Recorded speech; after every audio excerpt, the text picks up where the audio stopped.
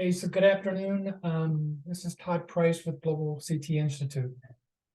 This free courseware session on cybersecurity is offered as an incentive. Actually, our 2024 enrollment is open for our graduate security studies or international security studies program.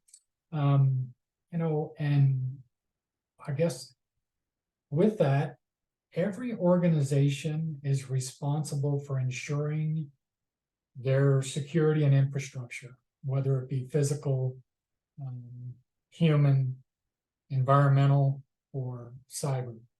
And the ability to protect the information systems from impairment or even theft is essential to success. We see, I guess, many instances now of cyber hacking and holding the systems hostage for payment, and implementing effective security measures not only offer, well, your liability protection, insurance, it will also increase efficiency and, of course, productivity. If you can't get in, you can't work. If you can't work, you can't earn your company money, or you can't make money. So with that, we're going to look at the different types. And I mean, research has consistently demonstrated that when clear goals are associated with learning, well, it occurs more easily and rapidly. And with that in mind, I mean, let's review the goals for today's session. And at the end of the workshop, participants should be able to, one, understand different types of malware and security breaches. Two, know the types of cyber attacks and to look out for. And then develop effective prevention methods and strategies in your organization. And a lot of times that just has to do with see something, say something. If you're concerned, if you question something, it's okay. Question it and get a resolve. Find a solution. If you don't have the solution, find somebody that does has the solution. John Brennan, quote, U.S. computer networks and databases are under daily cyber attacks by rogue nation states and nation states, both state actors and non-state actors. International crime organizations, syndicates, subnational groups, and individual hackers, not to mention terrorists. And there are various types of terrorist ideologies that conflict with democracy. Do they want to see democracy prevail? No. And in the cyberspace world, there are some security fundamentals that, well, they should be inherent in every organization. And before developing and implementing the security measures to prevent these cyber attacks, you got to understand the basic concepts associated with cybersecurity and what cyber attacks are. So the methods of cybersecurity that a company uses, it should be tailored to fit the needs of the organization. That's case specific for what you do. This one-size-fits-all virus protection scan does cover most types of malware, phishing attacks, and your company's cybersecurity refresher training yearly that you do should be updated. It shouldn't be a repeat of the same thing over and over again. Why? Because cyberspace changes very frequently. There are updates, upgrades, new versions, new types, new methods, new methodology, new ideologies about how these things penetrate. And, well, if they're integrated in with people's mindsets, they're going to happen constantly. It's like, here's a reward for you finding out if this is bad, but you're afraid to report it. Why? Because people might think badly of you? or, well, there's different ways. So we'll go through those.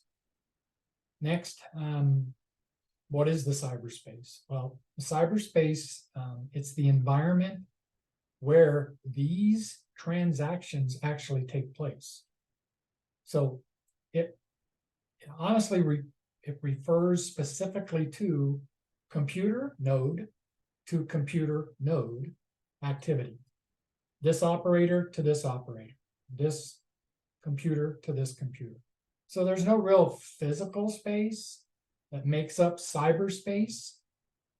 With the stroke of a few keys on a keyboard, one can connect to the internet around the world.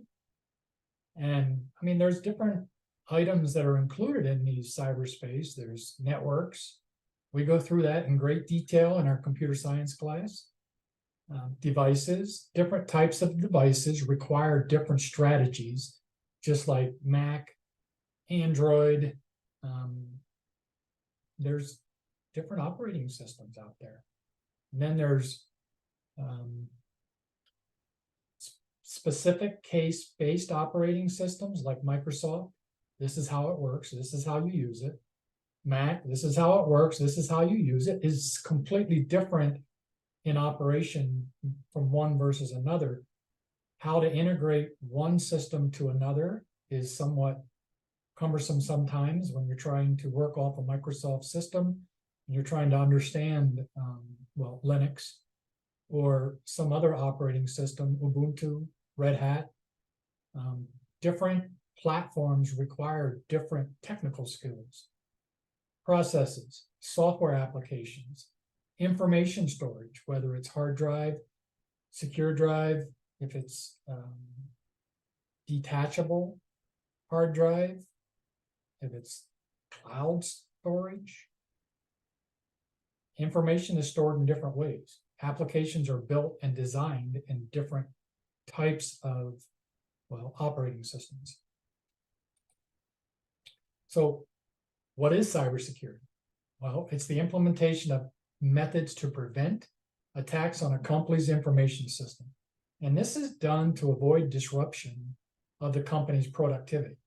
I mean, not only does cybersecurity include controlling physical access to a system's hardware, it protects from danger that may come via network access or an injection of code. We'll talk about greater detail of how code is injected into pictures, emails, so that as soon as you click on that link, it enters the cyber system. It enters your network. Once it enters your network, it can sit in your network forever. Not just your computer, but in all of the pathways. There's processes. If you have a company, if you have a switch, if you have a server, it can sit there for a long period of time, and it takes something later on that is executed in your system to make this happen.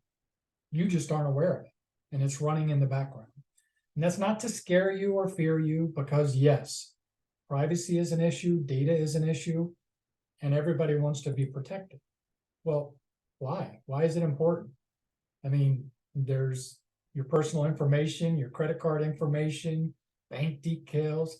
There's trade secrets out there. There's intellectual property out there that companies develop. Computer sabotage serves to disable a company's computers or networks to impede the company's ability to conduct business. What's that mean?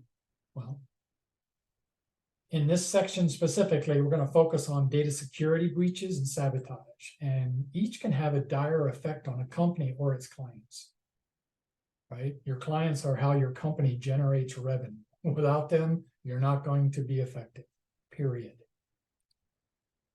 In simple terms, well, what is a hacker? And there's different types. There's gray hats and there's black hats. And there is also red hats, blue hats. What are they? So a hacker, it's an individual or a group who use their knowledge of technology to break into computer systems and networks. How do they usually do that? Well, sometimes it's from former employees the most who are disgruntled. Or they just, well, they got fired. Or they leave their computer unsecure, even in the office. There's been instances where I've seen one person go to another person's computer and type in a message, hey, are you busy Friday night? But they're sending it to another employee from this employee because they're afraid to send it. They're asking people out on dates. I've seen that happen in the government offices. So, well, there's three different main types of hackers, right? There's gray hats, there's black hats, and there's white hats. And what are they? Well, the gray hats, they're the ones that do it for fun. Black hats, these hackers have malevolent reasons for doing so. They steal or sell data for monetary gain. White hats, they're employed by companies to hack into systems to find where the company is vulnerable with the intention of ensuring the safety of the data from hackers with ill intentions. What does that mean? Well, gray hats do it for fun. On the slide, black hats are stealing or selling data for monetary gain, and white hats, well, they're just employed. They're employed hackers that find system vulnerabilities. Is that possible with AI these days? Absolutely.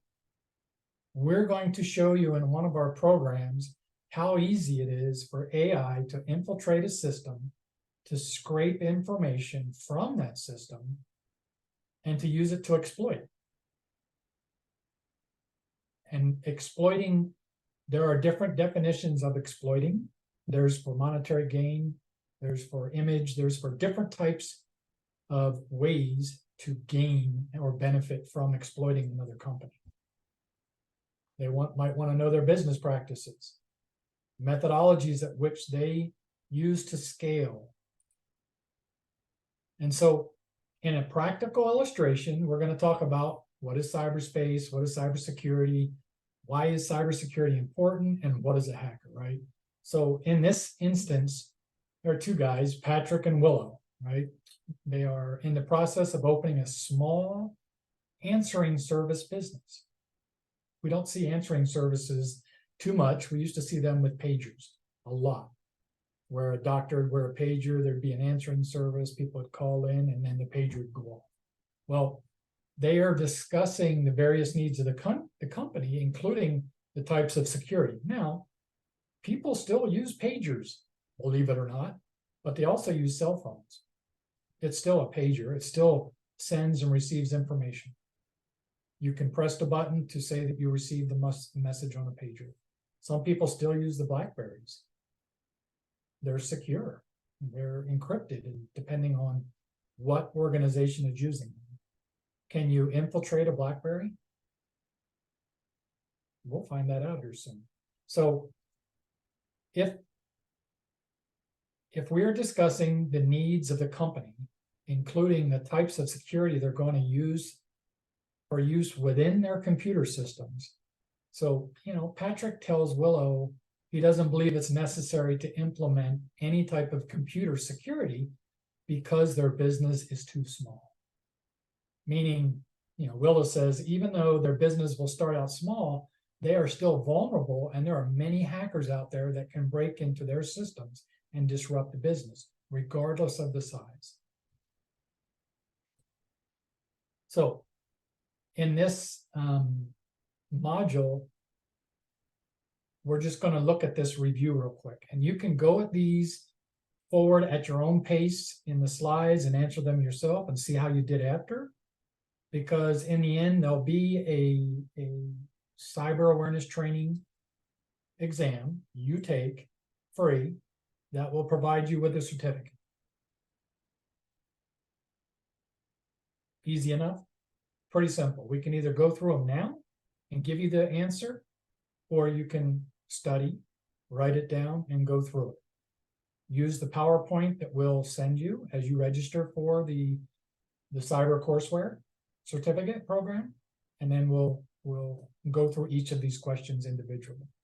So the review questions for this first block was, well, cyberspace refers to which of the following? A, computer-computer activity. B, individual-to-individual activity. C, supervisor-to-employee activity. Or D, computer-to-physical location activity. Next. And on the first one, if you answered the question with A, you are correct. Cyberspace is not a physical location. It is an environment where computer transactions take place. What is an essential item that is included in cyberspace? A, network, B, software, C, application, or D, all of the above? If you said D, you're correct. Devices, processes, and information storage are a part of cyberspace. Number 3, why is cybersecurity implemented? A, B, C, or D? The answer is B. Cybersecurity helps companies avoid disruption inflicted by hackers, thus not slowing down the company's productivity. Cybersecurity helps control physical access to and prevents danger that may come in from D, all of the above, hardware, network access, and code injection. Why? Because this helps prevent damage to the company's entire information systems. Number 5, what type of information is not secure information that is likely to be compromised in a data security breach? The answer, C. Why? Well, information that is not considered public, such as names and social security numbers and bank details, could fall victim to a data security breach. And the name of a company's CEO is public information. So that can't be compromised. It's already out there. What is the main purpose of computer sabotage? A, data security breaches and sabotage can both have dire effects on a company and or its clients. The main purpose of sabotage is to disable a company's computer networks so it can't do business. Why do gray hat hackers typically hack into computers? For the fun of it. B. Why do white hat hackers typically hack into computers? C. To find vulnerabilities in a computer system so the company can fix them before hackers with bad intentions can exploit them. And what does that mean? Well, these hackers are employed by companies to hack into systems to find where the company is vulnerable, with the intent of ensuring the safety of the data from hackers with ill intentions. And these methods of cybersecurity that a company uses should be tailored to fit the needs of the C, organization. The methods of cybersecurity that a company uses should be tailored to fit the needs of the organization. And 10, blank is the environment where computer transactions take place. B, cyberspace. So as Anna Marie Chavez says, cyberbullies can hide behind a mask of anonymity online and do not need direct physical access to their victims to do imaginable harm. Do you agree with that statement? That sounds like a discussion for our intern group to look at.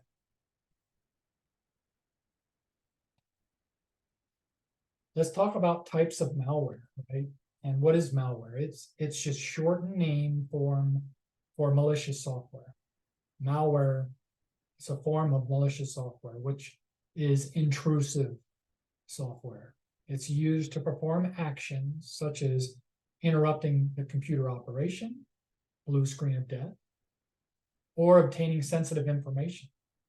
Usually nowadays we can get around, there's fixes for these things. Sometimes you have to reload your operating system. You have to wipe it out. Why? Because it's cut some of the links necessary in the boot. And when I say boot, that's what's required to start your operating system, right? There's either start by hardware, start by thumb drive, start by a floppy disk. Who uses floppy disks anymore? A CD. Oh, or in this case now it's media, right? You can store the recovery of your operating system on an external hard drive, where you plug it in to the USB port, you select the boot method and go to that, and it does it. No different than a thumb drive. You put your recovery software on a thumb drive. Because these thumb drives are big enough, and then the storage devices are big enough to carry these recovery with all of your information.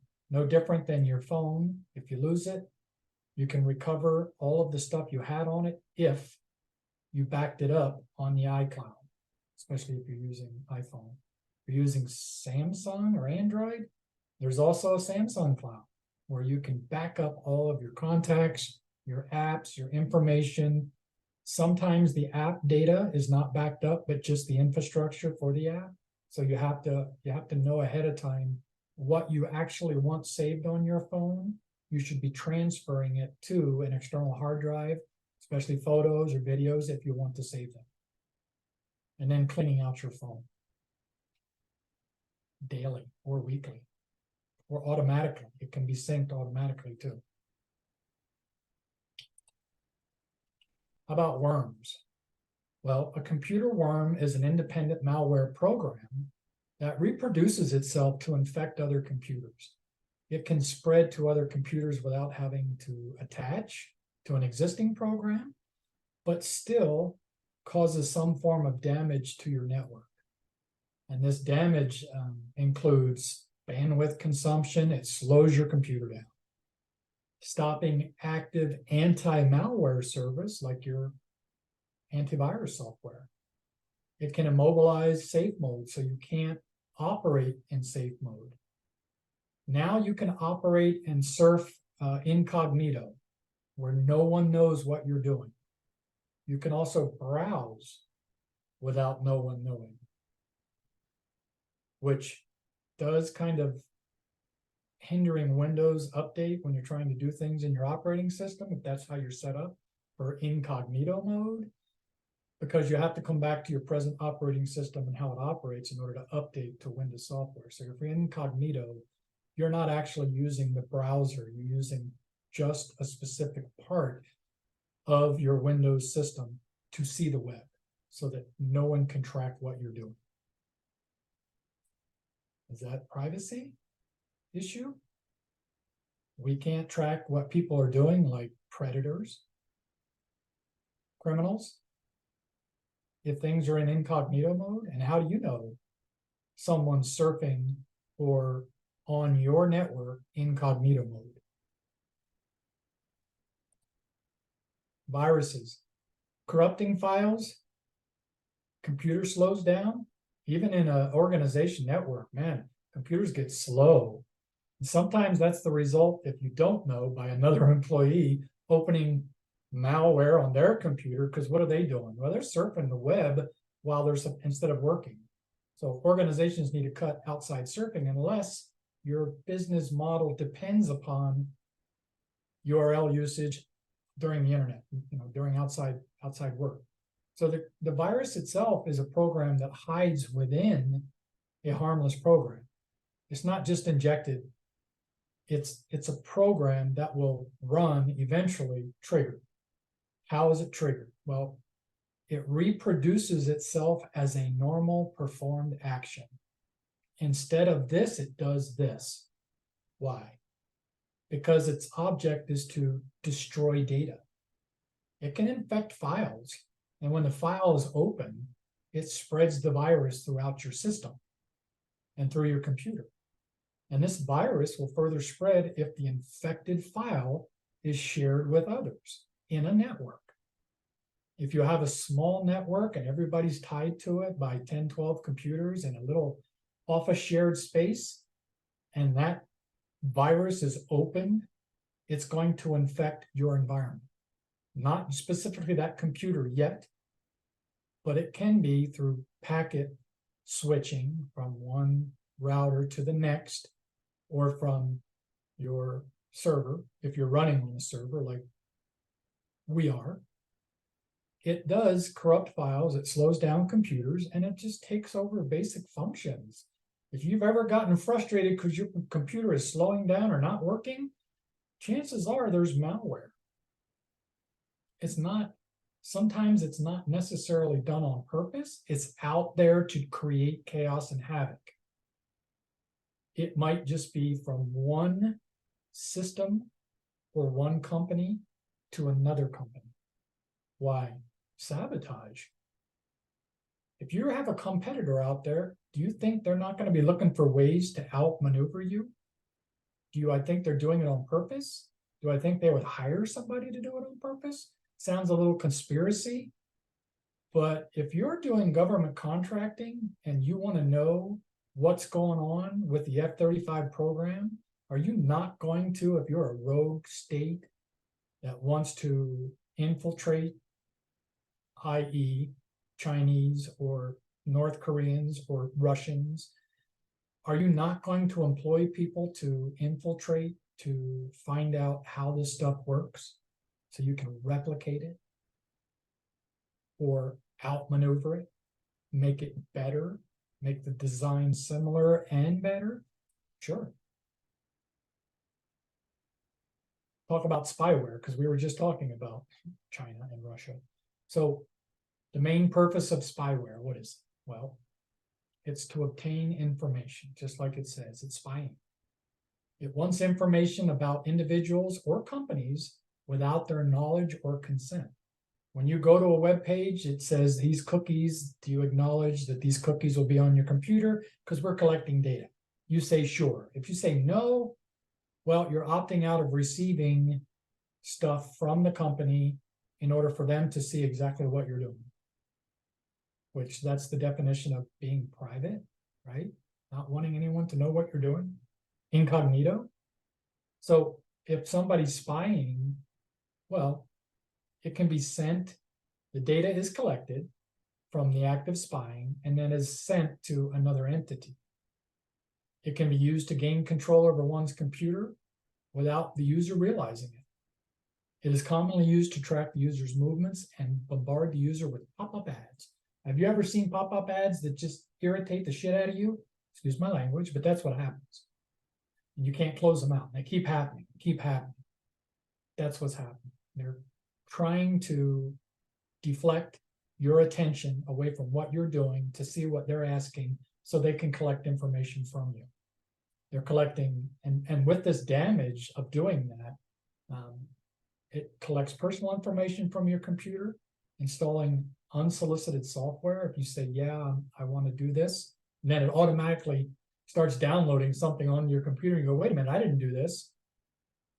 That's normally if you have to be, if you're directed to somewhere other than Microsoft or the iPhone app or your computer app for Mac. Safari. If you're not directed to an official download site, and there are plenty of repositories out there that say you can mirror what we have and you can download what we have, it's the same thing. But most of the time, these have code embedded in the background for spyware or malware, depending on who is behind that download. Because the companies, it has to tell you where they're from. It could be from Russia and you not know it until you look at who is behind it. You can see the source on a page to find out where it is. You can find out the IP address and the MAC address from anyone on the web just by doing a source analysis in the background of their page from what you see and what they sent. So they'll redirect you sometimes to different web browsers and change that web browser setting. They'll change your computer settings without you knowing, and they'll slow down your internet connection. Another one is Trojans. We don't hear so much about these. There's every now and then they're used, and because operating systems are going wirelessly, they still can be used, but the method in which they inject them into the code can only be through open source information that you see, because they need access to your infrastructure.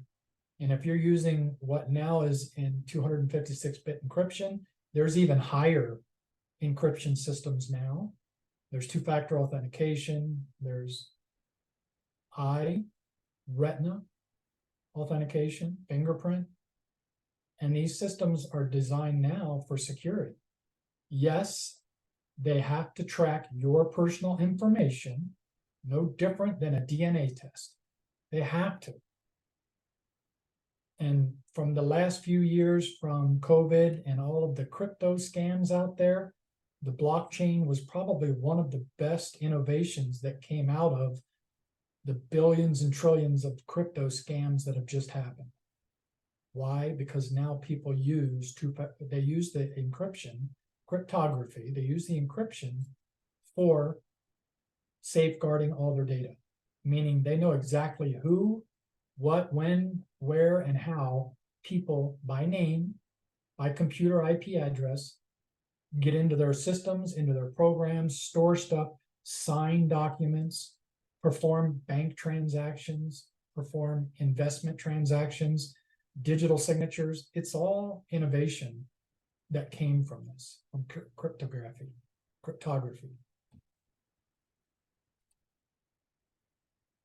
We have a couple practical illustrations, and we're going to save those, and you can look at them at a later date into the slides that talk about worms, viruses, spyware, and Trojans. So for now, we'll just dive into the questions.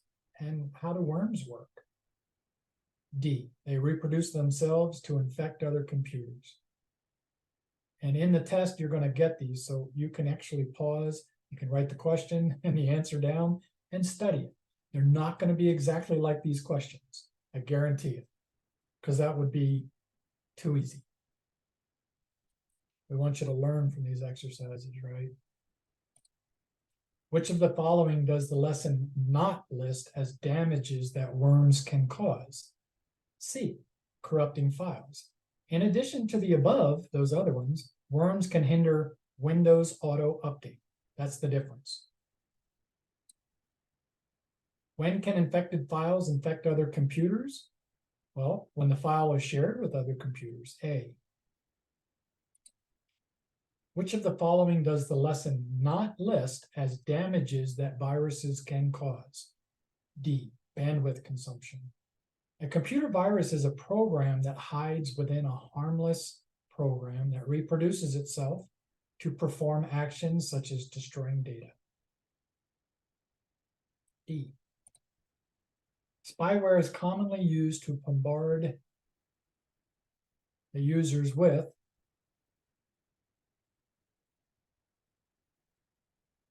D. Pop-up ads. Spyware is also used to obtain information about the individual's company without their knowledge or consent. The data that is gathered from this act of spying is used sometimes and sent to other entities. It can also be used to gain control over the one's computer without the user even realizing. There's programs now that you can use Windows that you can take over and control other people's computers. That happens in Zoom. You can control another person's computer if you get permission. In NetViewer, you can use and control another person's computer. And Windows desktop assistants, that Windows help desk can control your computer with access. These programs or spyware gets into your system with the intent to figure out what it is it can achieve to take over your computer, what it needs. That information is gathered from the spyware. Which of the following does the lesson not list as damage that spyware can cause? A, crashing the computer, right? It can change computer settings and slow it down. Spyware, it says, again, which of the following does the lesson not list as damage that spyware can cause? All of those except A, crashing the computer. Spyware can't crash your computer. How do Trojans gain access to your computer? B, by misleading the user of its true intention. You know, Trojans spread in sneaky ways. For example, a user may receive an email attachment that appears to be legitimate, but when they open it, it in fact gives the attackers the opportunity to obtain the user's personal information. How's that? Because it says, if you want to view this attachment, please input this, this, and this from your Google account. Or if it's from your bank account. Or if it's from Social Security, from your Social Security account, login. That's how they gain access. It's a backdoor. It's a web page that looks exactly like what you're used to seeing, but if you look at the URL, there's something different about it. And that's why even Social Security says they'll never ask you for personal information like this over a computer. You have to call in or go to the office. And if you do get it, like a notice in the mail, it usually tells you to call, and then they go through a process of verifying who you are that only you would know. Security questions, things like that. Which of the following does the lesson not list as damage that Trojans can cause? D. Redirecting web browsers. Trojans, well, they can't do that. They don't redirect. They can log keystrokes, and in addition to crashing your computer, corrupting data, or deleting files, they can't redirect for some reason. Why? Because that takes specific code and instruction that's already there that it can't replace. It can only just stop the process you're currently in and redirect you to another place where they want you to input information from the same source, only it's listed as a different location. And you can tell if you look at the URL up top. Or if you're incognito mode, well, it may list it as a suspicious site, because that's now what's happening with sites that are listed from,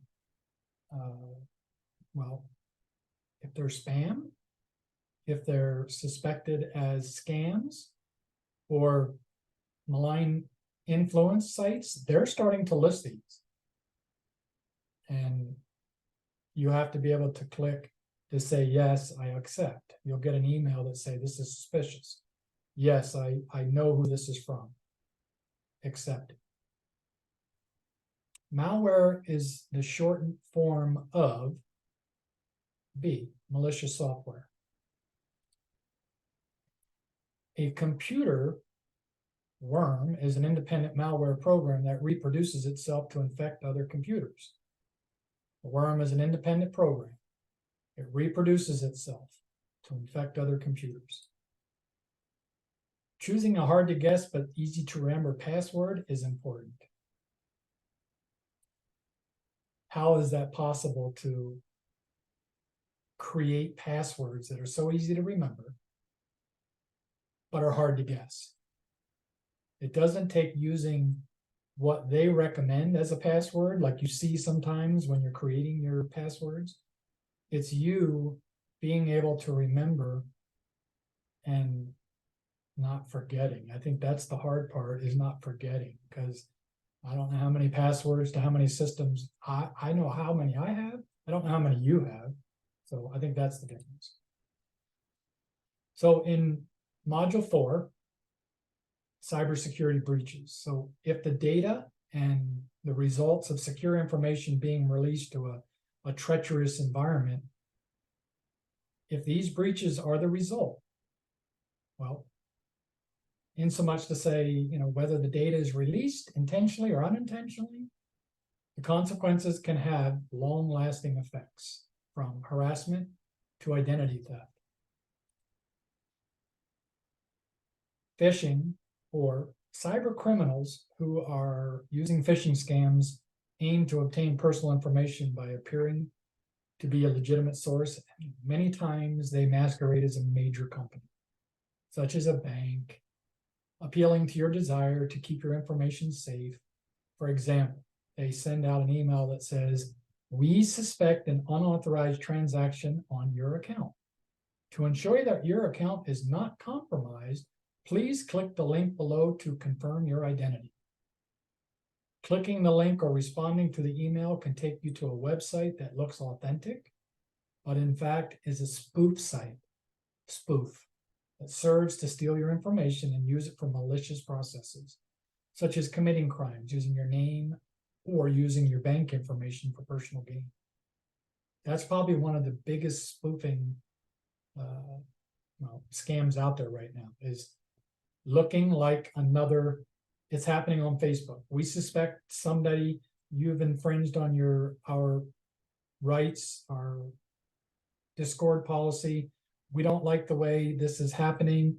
We're going to restrict your account. Please enter the information now that you're using to set up your account. And it's as simple as that, that they gain control over it. Identity theft, well, identity theft can be considered probably the worst case scenario when it comes to cybersecurity breaches. Whether hacking into a company's computer system to assume the identity of the computer, or doing so to steal the identities of a company's customers, clients, well, the end result can be disastrous.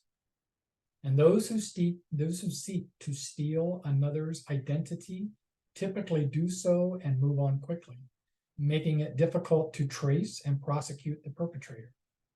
This is why an ounce in prevention is worth a pound of cure. There are many ways to prevent identity theft. Here's a few examples. One, be mindful of phishing websites, and we'll talk about those. You can utilize antivirus, anti-malware program like Avast. There's free Avast out there. There's other ones also that you have to pay for. Utilize an antivirus, anti-malware program. You can also take computer science and learn how to protect your own system, your own environment. Because once you understand the environment, understand your intent, the intent of these people, you can protect yourself so much better than other people. Why? Because your system is not going to be the same as other people's.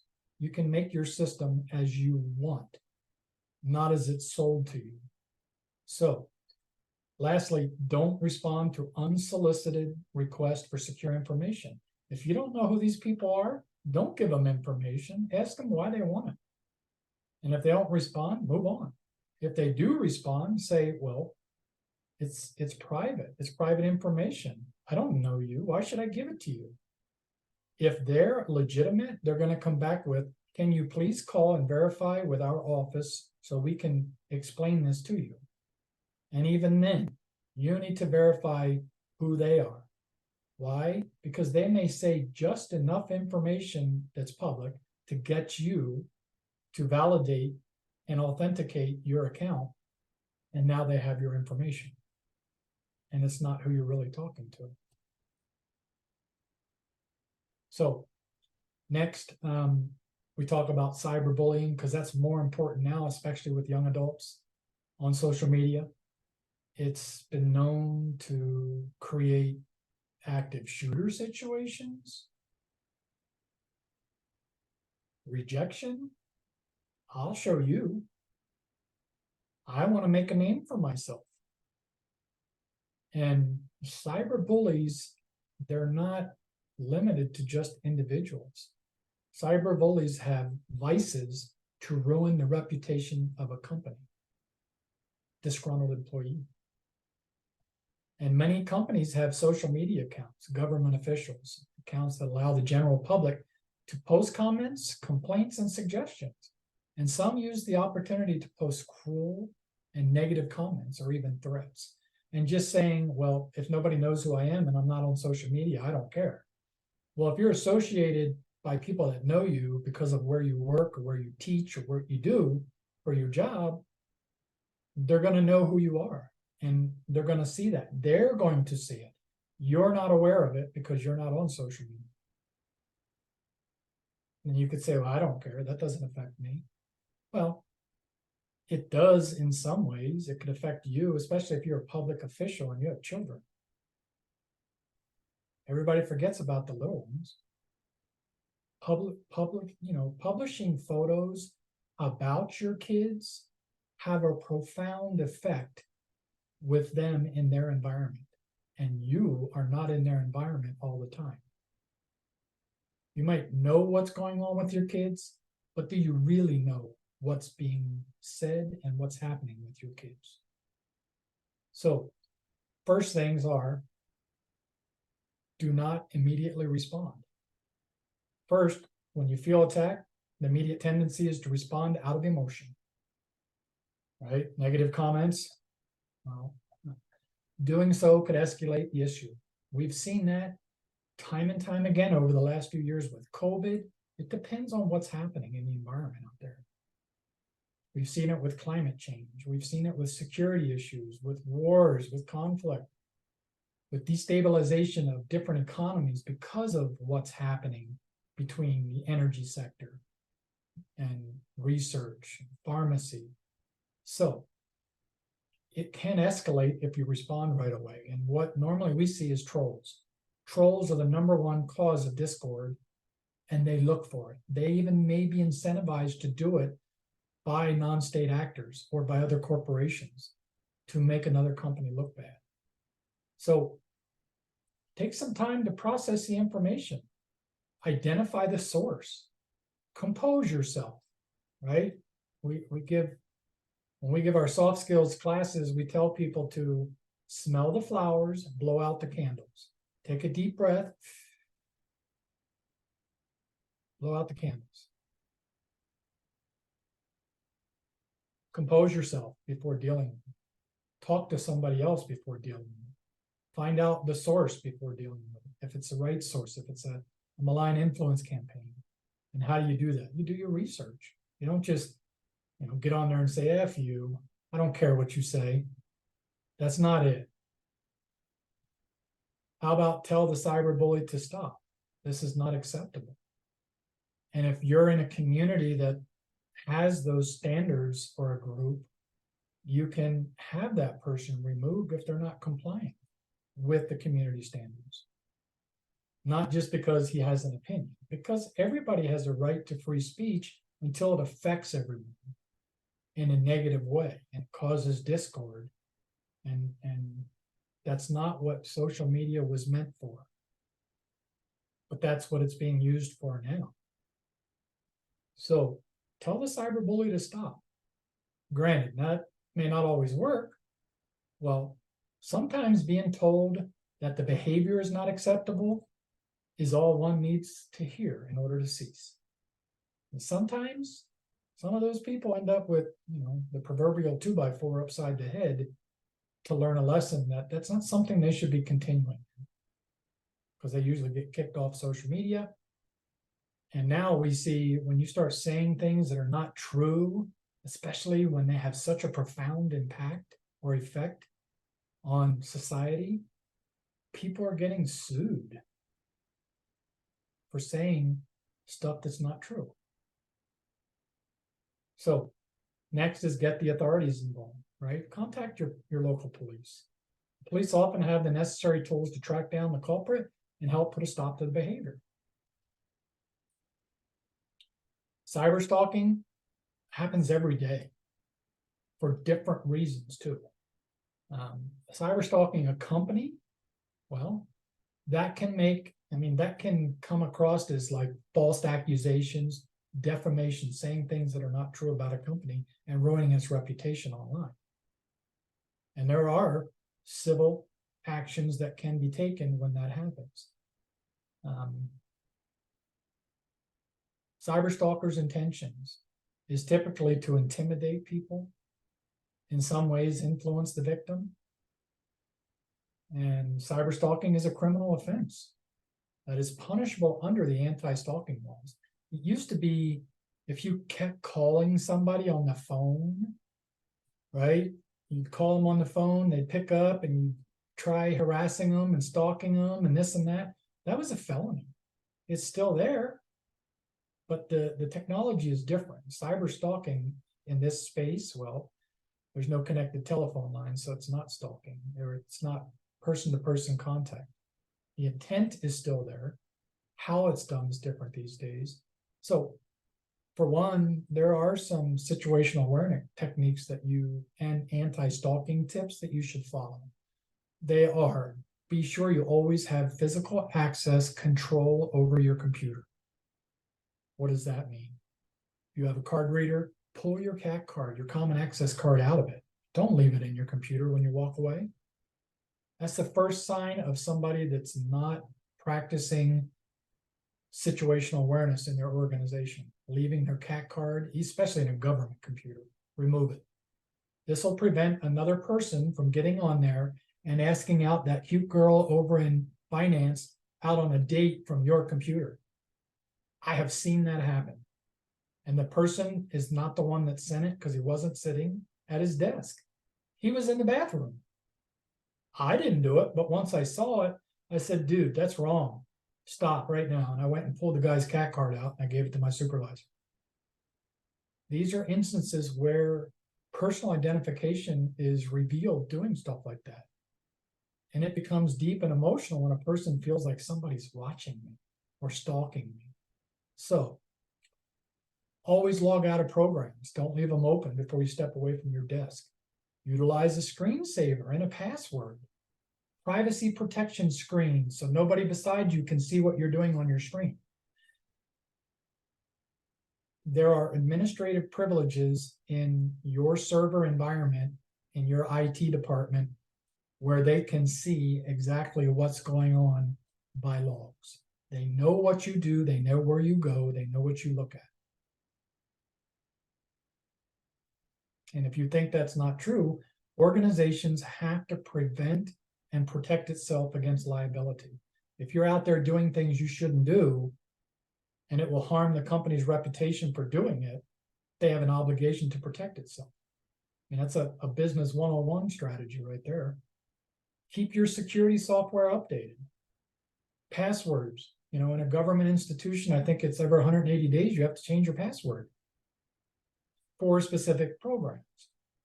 Within applications, it might be more, it might be longer, but get in the habit of changing your passwords more frequently than you normally would because of the environment you see yourself in. If it's not a high-risk environment, you ask your IT department that. What type of environment is this? Is there a potential for outside people to stalk me? Can people inside the organization, if they have specific roles, can they access programs without having the roles or responsibilities for that program? They'll probably tell you no, because that's the way most government programs are run now. Roles, responsibilities, there are different hierarchies in them for obligating and approving funds. And so things are a little different these days than what they used to be in the past. But they can still ask somebody in finance on a date from your computer if you leave that CAC card in there. And that is the truth. So we have an illustration of this. If you have the slides, you can read through it and look without me having to take a lot more time because we're not even halfway through this. Review questions. You'll have the slideshow once you register in RSVP, so you'll be able to answer these questions. I'm just going to go through them now and go to the next module.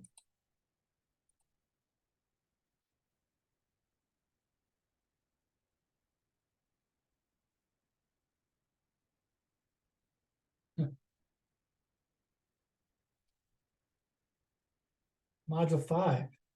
There's quite a few modules in this course. So cyber attacks are orchestrated by individuals or groups to destroy information systems and networks of other people. They're not there to hurt themselves, although that's the end result. The company is the one that ends up with the liability and suffering from it. So cyber attacks are orchestrated by individuals or groups, from installing spyware on a computer to obliterating a company's entire infrastructure. Cyber attacks can have devastating effects on many things, many people. Password attacks, that's intended to prevent unauthorized, passwords are used to prevent unauthorized access to your accounts. It's important to use passwords that are strong in order to prevent threats against the privacy and security of the data associated with your computers and your company and customers. Why is it important to use a strong password? Well, there is software available to hackers that will allow them. Locksmith, it's called. It's a password program. They can get into your computers just like that if they have access to it, but that's usually on an environment. Somebody that has to have access to your computer via the internet cannot hack into your system with a program unless you allow them to, unless they install something on your computer that gives them permissions to do that. You have to type in your username and password to your bank to log in. To make the transfer, now it sends what? It sends a code for two-factor authentication to you. Sometimes it will deny the transaction because you didn't look at your cell phone to see the text that said, did you approve this? Or we think there's something suspicious. Will you approve this transaction such and such? And you say yes or no. I've seen that happen where I'm standing at a hotel and the gentleman beside me wants to pay with his credit card and it says, well, they ran the transaction. It was declined because he didn't look at his cell phone to approve it. That's the two-factor authentication that's out there that a lot of people aren't aware of. It's automatically done with new account setups. You have to opt out if you don't want that. Because you could be at your convenience store, run your card, and it'll just decline it, and you'll go, what the hell? I know I have money. Well, you forgot to look at your phone and approve it. So there is different ways to protect businesses with strong passwords, right? It's create a password that is easy for you to remember, but difficult for someone else to figure out, right? There's methods by making passwords with specific, even credit cards, the 16 digits in a credit card, that's 16 by 16, that's 256-bit encryption. That's what credit card uses. The way to establish that account by that card, by that user, by that bank is in that credit card. That transaction is done by a query in a system that you're logged into, that you're approving a transaction. It's all methodically done to prevent fraud. And if you're just responding to a request that we think there's a suspicious activity on your account, please log in, and you don't look at the URL and you log in, well, you just gave access to your bank account. They can transfer it. Or that boyfriend or that girlfriend in Nigeria that is a princess that loves you and wants to help you succeed. If you can send them a little bit of money, they're able to help you feel better about yourself because they like you. You're cute. And when you look at their profile on Facebook, she's pretty cute. That princess or that Chinese crypto person who just now thinks you're a friend in the field and wants to get to know you better and sends you a cute little photo of them. That's how it starts. So you have to know, in the Art of War, Sun Tzu says, you have to know your enemy. We don't want to go around thinking everybody's the enemy. But in this situation, if it's protecting your privacy and your personal information, if they're trying to steal it, they're your enemy. Pure and simple. Know how they're doing it. Understand it. Get involved. Educate yourself, which is why situational awareness is important. Know your surroundings. Be aware of your surroundings. And know what's beyond your surroundings so you don't affect other people when you launch that comment. Denial of service attack, DOS. I mean, we see these a lot. DDS, DDoS, denial. They're just as it states. The goal is to make a network unavailable to its intended users. This network is not available. That's what you get. And that's used when individuals, they consecutively enter the wrong password enough times that they're locked out of their account. It can also manifest as a network being so overloaded that no one can get in. Damage caused by denial of service attacks. Our network performs slowly. They're inaccessible. We've seen that lately with, this web page you're trying to get to is unavailable. That's a denial of service. Something happened in that website, and the only way around it is to go, because it's installed in your computer. The only way around that is to go incognito mode to see what is going on. And do you know how to do that? Most computer science and most, anyone that's done specific computer operations work should know how to go incognito mode in order to see what happened to the regular website. There's something going on with the regular website that's out there, the HTML version, web page. And if you can get to it from incognito mode, there was a denial of service attack on that website. That's the first sign to investors that something is happening. Think about that. If you can't log in, why? Well, if you didn't pay your internet, chances are you're not going to be online. Your company might be online, but the service that hosts it, if you don't pay your domain fee, or you don't list as a domain in certified entity, they're not going to allow it online if it's not secure, if you don't have a security certificate, an SSL. You don't have that with HTTP or HTTPS. That S tells Google you have a security certificate, you're verified.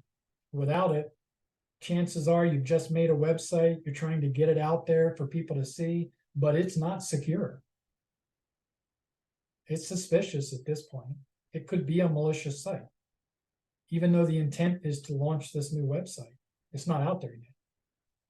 So look for that HTTPS, yes. Passive attacks, well, what are the vulnerabilities of a system? In artificial intelligence, I can go into AI and say, can you run a vulnerability test on this website? Tell me what's wrong, how I can access it without having an account. And it'll tell you there are different ways to access it. However, without an account is not going to do it. Why? Because AI is now incorporating safe usage regulations and restrictions. I want to exploit. Keywords, exploit. It's not going to let you do it. I want to search. I want a background check on this person. Sorry, it's not going to happen. This is some of the new 2024 strategies that the Biden administration is putting out to prevent passive attacks, to prevent capitalizing on the misfortune of other people getting scammed simply by not changing your information, your passwords and stuff. And they're easy to get to now. The locksmith password program is a program you can put into a computer and get into it. It's that simple. It bypasses the operating system and it gets into the applications. So think of a passive attack as like a conversation between that two people are having, and the passive attacker is eavesdropping into the eavesdropping. There you go, into the conversation. Although it may seem harmless, if the intruder is able to obtain the right information in that conversation, they can use it in the future to cause irreparable damage, right? Intellectual property secrets, not circumventing. If somebody's in a conversation where they overhear something they shouldn't, you need to have that protection in place. Your data security, your human security, your communication security. Because there's different ways to gather intelligence, and that's probably one of the most important way is to passively just sit and listen to somebody else's conversations. How many times have you done penetration testing. There are AI programs that can penetration test your systems now. Find out the vulnerabilities. They're not going to exploit it. They're not going to enter the system, but it can tell you the ports, the gateway, the IP addresses that you should use if you're interested in securing your system and making it hardened. If you want to harden, make a bunker out of your security system, out of your internet, you need to be able to see what the penetration vulnerabilities are. And you can also do assessments on other people's websites, their networks, their company organization infrastructure. In risk management, that's risk management 101. Identify the risk. Are they a high, medium, or low risk in a company? To get exploited, to be sabotaged, to hold for ransomware. So there's many reasons why companies utilize penetration testing, and I said some of them. Well, if there is a likelihood for a specific attack occurring, you should do penetration testing ahead of time. Our institute does it monthly. Why? Because we have so many students that come into our system, we need to proactively look.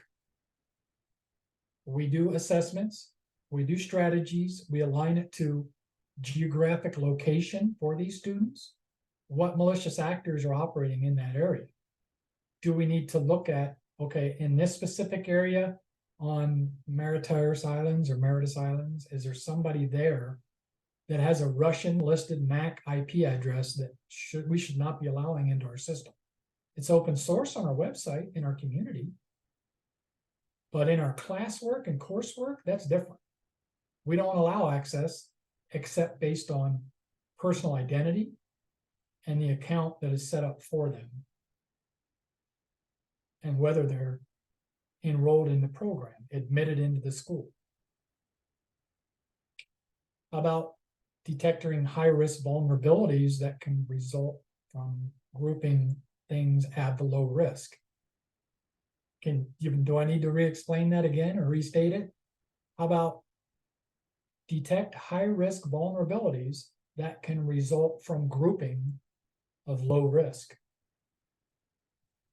About vulnerabilities that take place in a particular pattern, right? We collect data and analyze data over a period of time to look at the outliers. What happened here? We have upper limits and lower limits of what we're operating on, and we look at sometimes, well, these certain identifiers, these anomalies happen. You can do that in regression analysis for stocks or something, in a comparative. And so we look at, different programs, how they're accessed, where they're accessed, at what time of day they're accessed. And then we confirm and we log these so that we can run predictive analysis on what exactly it is. And there are many different types of analysis you can run on data. It's not just because I want to make money. We want to know a network's infrastructure vulnerabilities. What are those, and how do those affect the company? Is it intellectual property? Is it finance? Is it human intelligence? Signal intelligence? And so we do assess company networks' risk management capabilities. Are they enough? Do they need more? Is it too much? You can have too much protection that just stagnates the company so it can't get anything done. So in this practical illustration with the slides, I'll let you read it. You can go through it, of these different,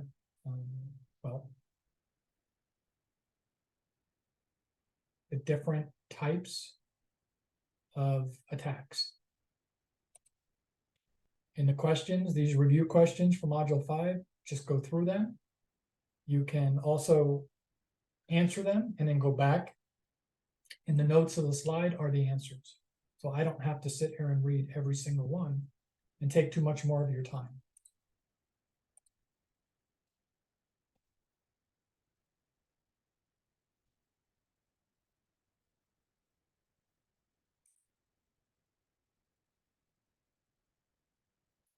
Identity theft is one of the fastest growing crimes in the nation, especially in the suburbs. Why do you think that is? Can anybody answer that? Why in the suburbs?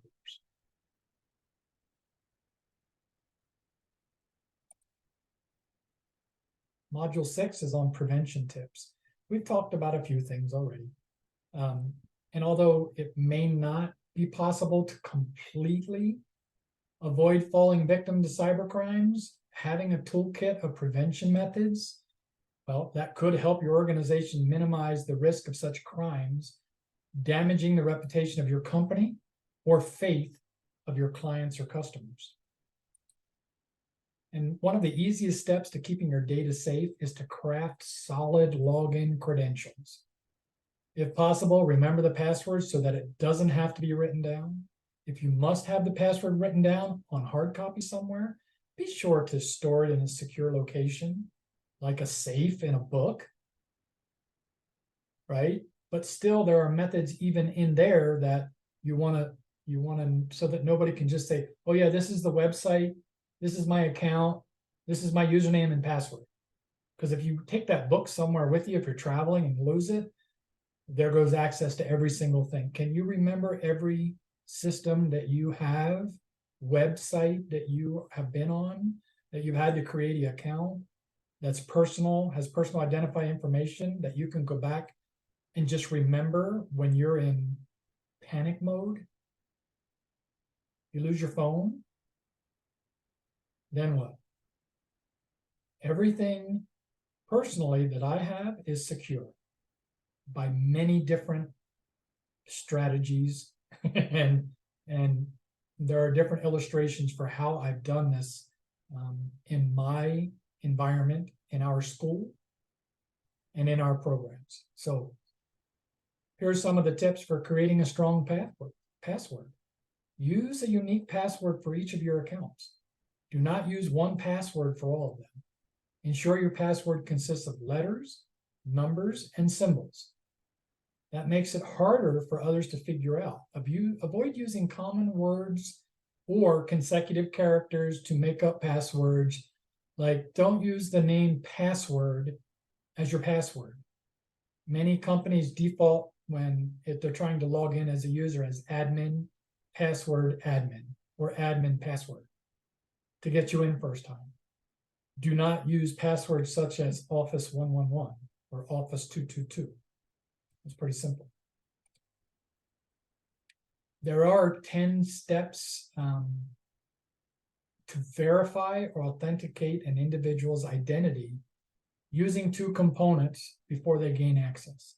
And this two-factor authentication is now being used almost in all financial transactions. In governments, two-factor authentication. Your phone's tied to your account. If you lose your phone, well, you need to have a secondary. It's a good idea to have an iPad as your secondary, meaning here's your phone, here's your computer system, your login, but you lose your phone and you're screwed up. You can't get into any of your systems. Why? Because your phone was tied to your account, you've lost it, and in order to do the two-factor authentication, you can't, unless you know the pins, because some apps have pins. iCloud uses what? A 6-digit code. Samsung uses what? Email. It sends you code. It sends you text, because that's the way you set it up. Or it automatically is set up for you, especially in banks. You use a PIN to get in, username and password. And then it sends you a PIN code you have to enter. So there's a token, which is a little device, and it has a code that it rotates. That code rotates every 10 to 15 minutes on that little token. It's a key, right? A keyword or a number that's given, it's issued. There's a password, there's a PIN, there's a fingerprint, and there's voice recognition, right? Is your voice the same as somebody else's voice? Can your voice be replicated with AI? Yep. So you have to come up with different ways of combining these two-step verifications of a password, a PIN, fingerprint, voice, token. It's up to you, but your passwords need to be not the same one. About downloading attachments with care. Most times it's viewed right away. As soon as you open an email, you see that, you click on it, you can view it in a PDF. PDFs are hard to embed code, but they're there. It can be done, especially if you're creating the PDFs. If you're creating PDFs and send it to different people for signature in line with the next person or group, it can be replicated. So always download email attachments with care. Make sure your company's organization has a scanning apparatus to look at these email attachments for viruses or for malware.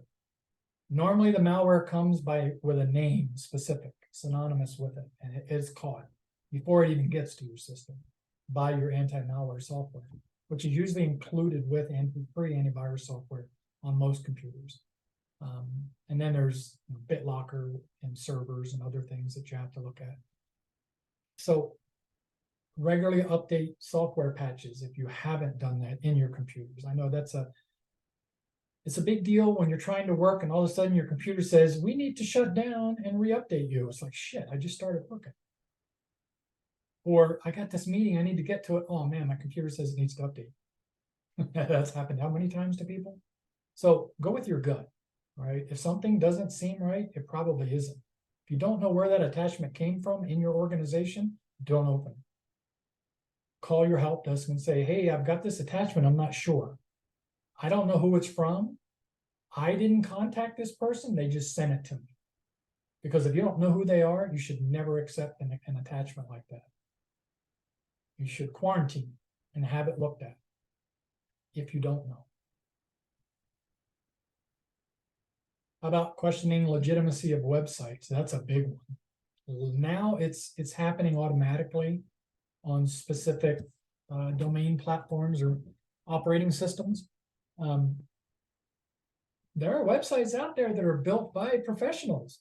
They pay for them and they look legitimate. And then when you start to examine them further, you realize it's a spoof. It's one that's parallel. Like, I'll give an example. Lately, there's been a few websites we've looked at, and then we've done our due diligence and looked at them, and they're almost identical, except one has capital letters in its name, and another one has a lowercase letter in its name in a specific position. They're two different sites in the URL. Now, at first glance, you would go, this is US Bank, or this is, well, a website that I go to all the time, but it's not. It's a knockoff. And search engines are analytic, and developers are using SEO and search engines to make the rankings of these sites a higher priority when you're looking for them. Because why? People get paid per click to click on a website with advertising, with affiliate marketing. And so if you type the complete URL in the browser and it works, good. If you type just partial and it works, chances are it's the same one, but you still want to look at it. Look at the source for that web page. You just go up to the top right-hand corner where you see the three little dots in your browser and click source. And it'll show you the code embedded in that web page and website. And you can compare, are they the same ones? Is it coming from the same IP address? From the same server MAC address? If it is, it's legit. There are ways to look. And then, of course, if you don't know who they are, you question the intentions of, the sender, especially if it's an unsolicited email to visit a specific website because that Nigerian princess is so cute, or they want to meet up for coffee for $19.99. So make sure your anti-spyware, antivirus program is up to date. It'll warn you of websites that look suspicious. Every time you get an email, you click on it, and up at top it says, this looks suspicious, look safe. If you know who it is, hit look safe. If you know where it's coming from and you expected it, hit add them to your contacts, and it won't happen anymore if you know who they are. Otherwise, when you say, I didn't get an email from you, and you didn't mark them safe, it ends up in spam. It ends up in the trash. And then you wonder why you never got the email. If you know who it's from, add them to your contacts. Create a rule that anything they send goes to this folder so that I can preview it before somebody in the company or in the traffic or in the group in the CC line also clicks on it. Quarantine it if you're not sure. And there's some practical illustrations, and again, you can read through these, and it'll help you to craft a stronger password, to do two-step verification, and shows you how to handle attachments and question the legitimacy of websites. In the module review questions, go through it again and answer the questions to the best of your knowledge. Go back if you have to and look at the section. Answer them, and at the end, open up the PowerPoint, look at your notes, and go, okay, I answered all these correctly.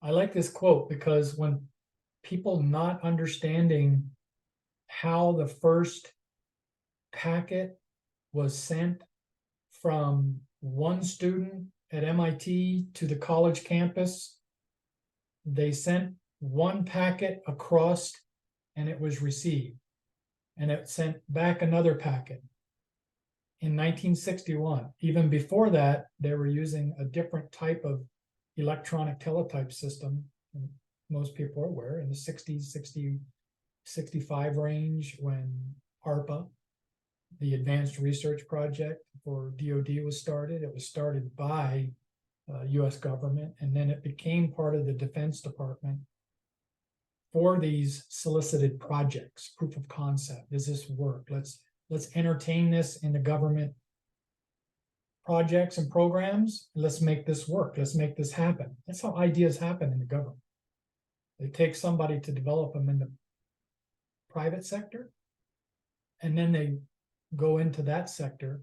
The public is supposed to be the government sector, because we know government all works for the public. So the good of the public, and that's how it's supposed to work. Is there malign intentions with some of these things? Depends on who's doing. So it is just as important to protect your smartphone as it is your computer. So we're going to go through this module with mobile protection.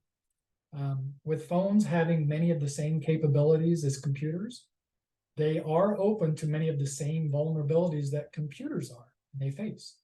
So in this module, we're going to discuss several small but effective steps to take to ensure mobile protection. How about no credit card numbers? Never put your credit card number in an application. Never. Why? Because, yeah, it's easy with SmartPay. You just tap. You put your card into a reader and you put in your PIN. And that's normal. But never give an application to store your credit card number. Like Home Depot. They have a Home Depot credit card you can use, and if the system gets hacked, it's protected by the company's liability. But if you put your credit card information in there and it's stored for you to make purchases online and it gets hacked, you have no protection against that, except if they are FTC listed, if the company is protected. If the bank is FDIC insured, the investment, if they are protected, yes. But 99% of the time, applications that are developed out there that are not FDIC or FTA approved or FDA approved, you're not going to get protection. Your credit card information should never be stored in an application. You should always put the number in, because the system is designed to put asterisks over top of your numbers. Your CCV code, and you put it in, it covers it. And then the rest of the information, when you proceed, it masks it so that there's nothing that can collect that data. Even if it asked you to, like, I forget what I typed, show password. Before you hit submit or apply, remask it.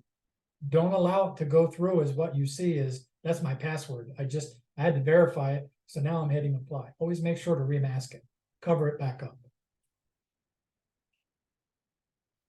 Phone lock on phone? Absolutely. Avoid using common words or consecutive characters.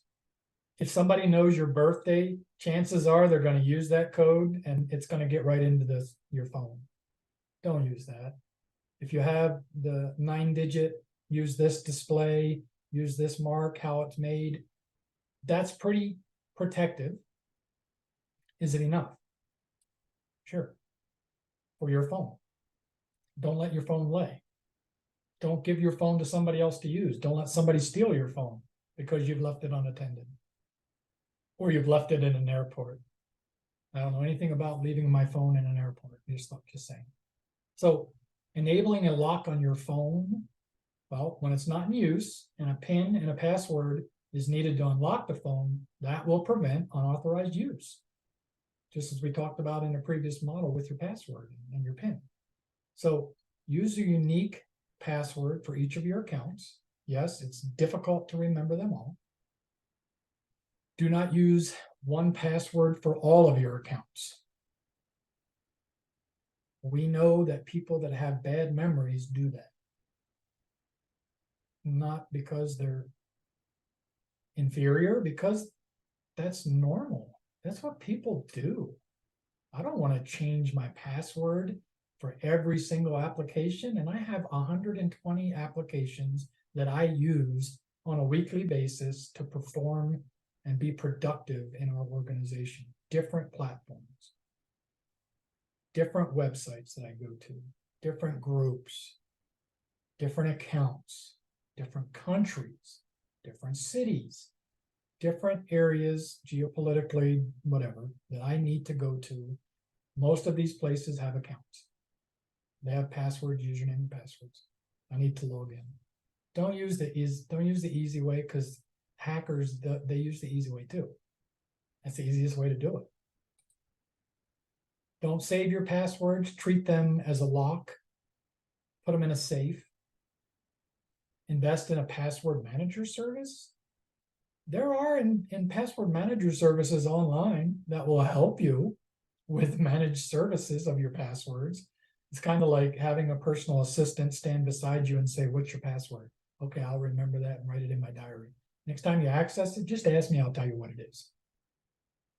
Do you really? What if they're not around? What if you need to get in the system and they're the only ones that have it? You need to take responsibility and accountability of your own environment and your systems, and practice situational awareness of who's around you, who's listening to your conversations, especially if you're talking about your office or your intellectual property or your business deal you're getting ready to put together. How about no personal contacts list? They get your phone, they have all your contacts. Can you mask them? Sure, with a PIN, with fingerprint identity to get into your phone? Yeah. Is there ways of getting into your phone? Yeah. There's password tools to get into your phone. If you don't have any protection, that's the easiest way to get into your phone. There's a practical illustration for you to go through. It talks about, no credit card numbers and putting a lock on your phone, saving your passwords in the contact lists. The questions for the module, you just read them, answer them, go through them. If you need to review go back and review the content, to get the correct answer, or answer as best you can. Go back and look at the notes in the slides later to get the answers, to see how you do. Prepare yourself with these questions and answers for the exam at the end. It's really easy, but we want to make sure you retain the information, because this awareness training, cybersecurity training, it's very helpful. And you can show your organization that you're taking your own responsibility and taking cyberspace and cybersecurity into your own hands, doing your refresher training, not relying on them, and losing productivity every day. And that looks good for employers too, that you're looking for a job. I am already cyber trained. I already understand what all this is. Here's my certificate. Every year, it's a refresher. We offer it free with our master's students in our cybersecurity training, because they're the ones that are mostly using this. Our master's students, anytime you're doing research, you should be cyber aware of what you're looking for and how you're looking for it. Because it is just that simple that you go to a website and go to download something you want to read, and you're downloading something from a malign influence campaign. You're just unaware of it. Even if it's politicized, you're not aware. Most people aren't.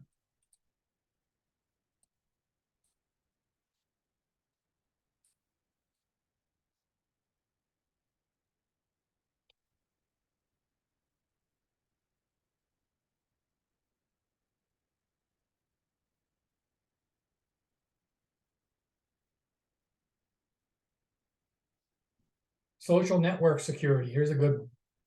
Many people forget that with social media, although they are not meeting with people face to face, that revealing too much information about oneself could still lead to dangerous situations, such as social engineering attacks. And in this module, we're going to talk about and discuss some of the ways to protect yourself from being lulled into a false sense of security. Too good to be true? That Nigerian princess is cute? She probably is, if I knew who she was, but there's so many of them in Nigeria these days, and in Mali, and everywhere in the world. There's so many of these cute princesses. In China, there's probably 1,000 or more that reach out and want to become friends and want you to get involved in crypto transactions or in business, and to understand what you're doing in business and how relevant it is to their crypto world and how they do their investments. How much money do you have? That is, they call it a honey trap. It's a way of social engineering to get you, lull you into something you're not aware of. So 1, never reveal your location. If you're a business, chances are you need to list your business with a state entity.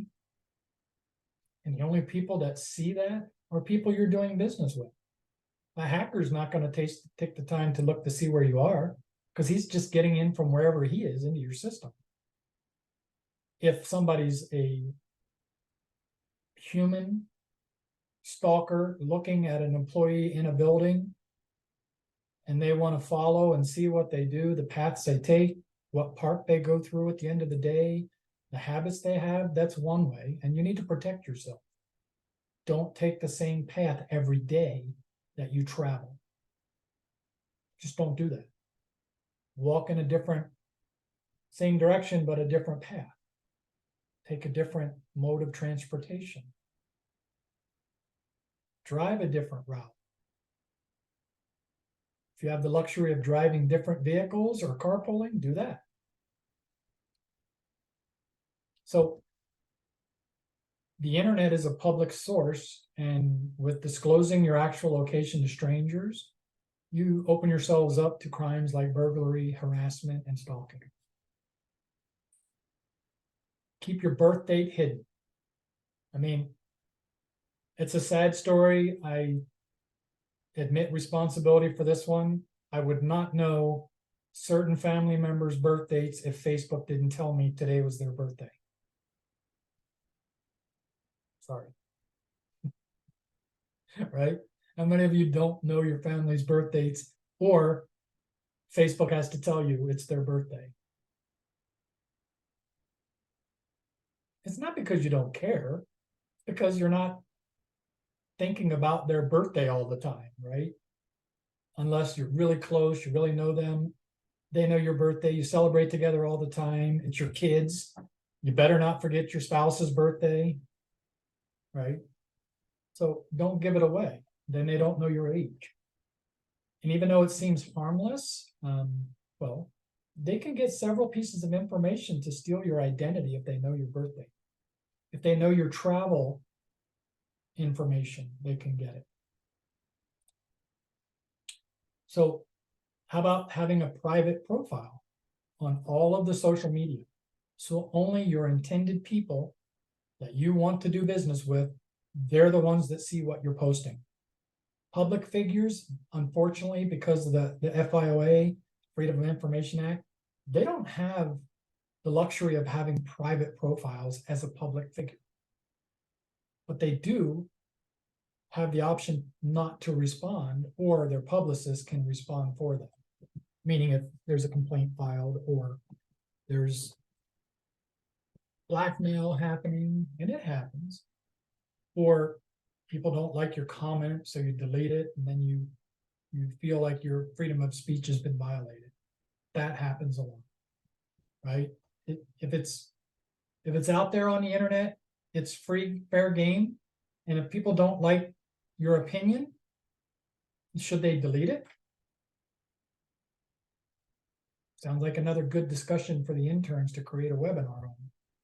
I'm going to deflect to the interns because they're doing a lot of presentations on stuff that we're talking about these days. So with these listed most common websites, each social media platform has its own instructions for updating the settings of your profile so that information is distributed according to your wishes. So be sure to thoroughly read through the guidelines. Most people don't. Most people are like, yeah, I'm on social media, I agree. Click, done. Because just because you post something doesn't mean it's for everybody to see.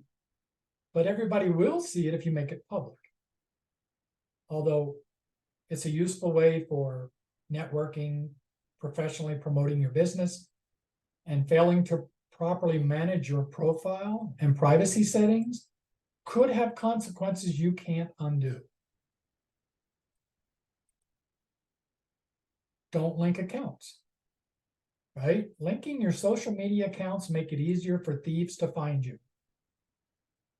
Although linking your social media accounts may be, well, an inconvenience or convenience to you, in our affiliate marketing program, we list and link all of our social media platforms. So if we're going to send one email, we can send it to all of these different platforms. That's what they're designed for. But your personal information, your private information that you only want your circle to see, you need to keep it private so it doesn't happen. And if you're on LinkedIn, that does not get shared with another social media platform by anybody, because it's your private information. So you have to look at all of the different levels of settings within that app: LinkedIn, Facebook, Pinterest, TikTok. Look at them and make sure you understand them, or find somebody that can help you understand them before you can't fix it. Because once it's done, you can't fix it. You can't take it back. And things that happen on social media, in the right mindset of a person, people commit suicide. People find out husbands and wives are cheating on each other from social media, from a photograph. I don't want that on my conscience. Do you? So here's another practical illustration on, keeping your personal information private, so that not everybody needs to see what your kids do. If you want to show how you can, twerk, whatever. If your business is yoga and You want to show poses of how you do things, that's your business. If it's about your personal life, your private life, do you want that on social media? Think about that. Are you in reality allowing social media to portray you so that other people can portray you the way they want to? Because that's what you're doing.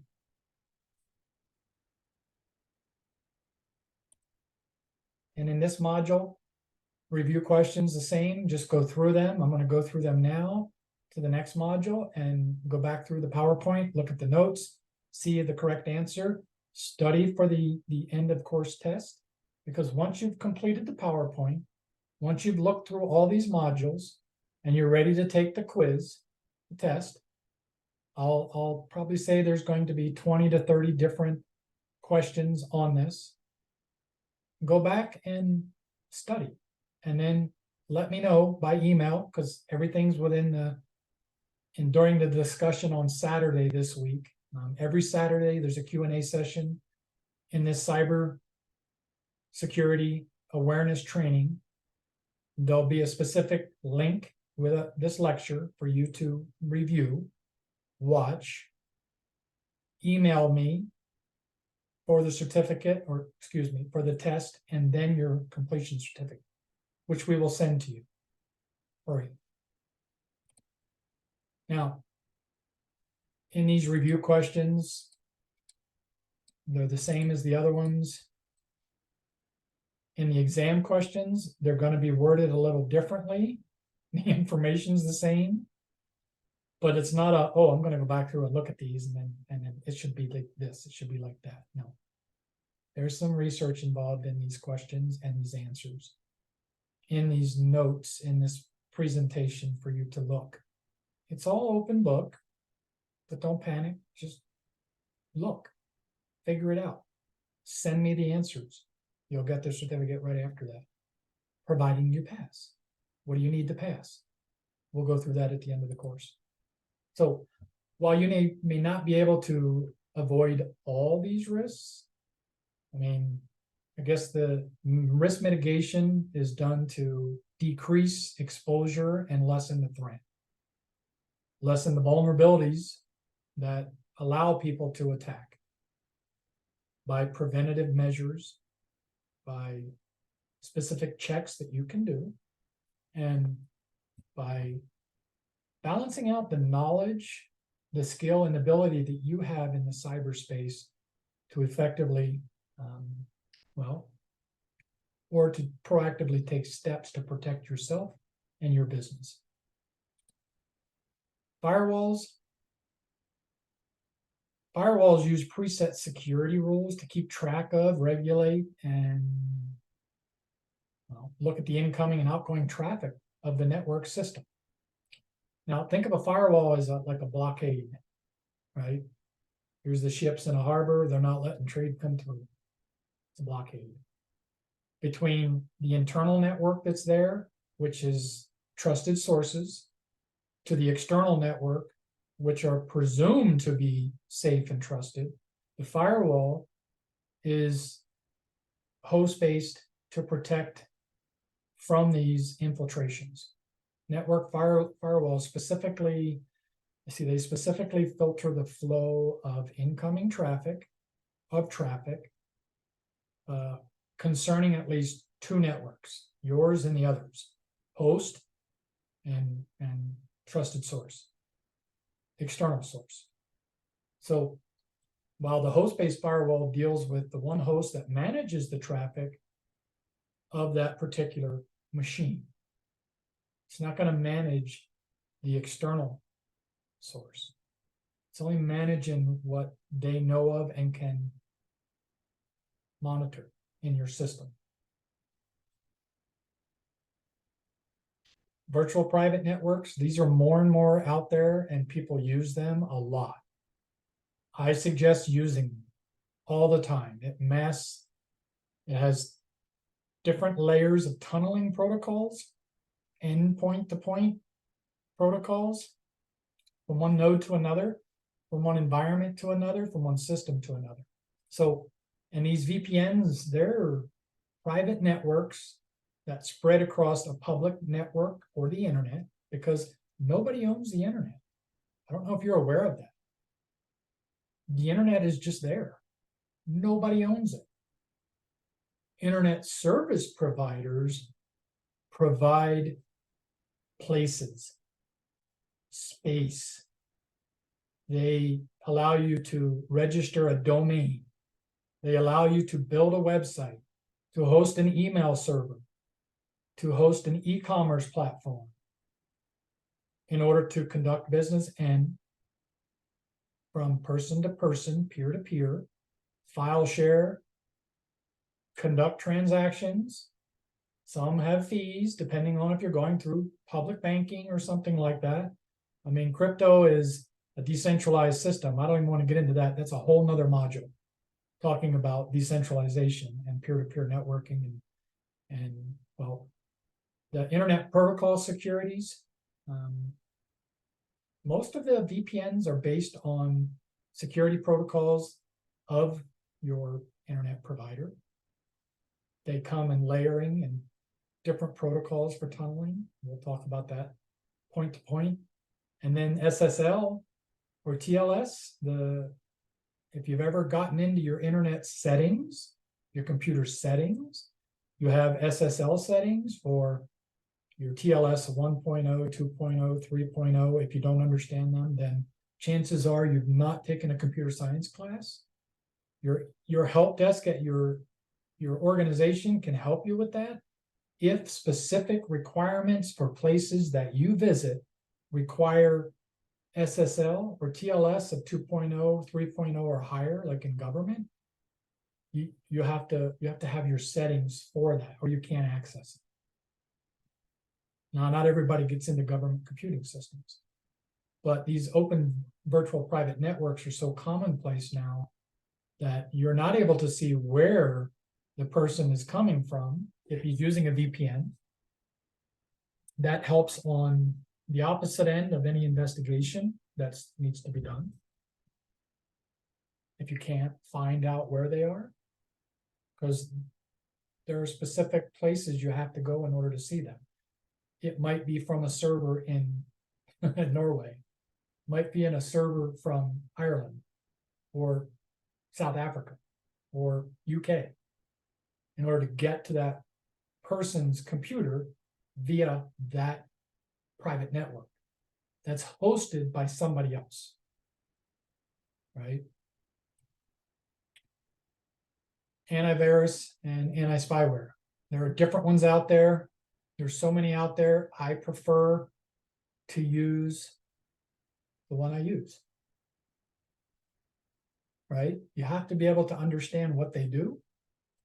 And what does antivirus software do? It protects the users from different threats.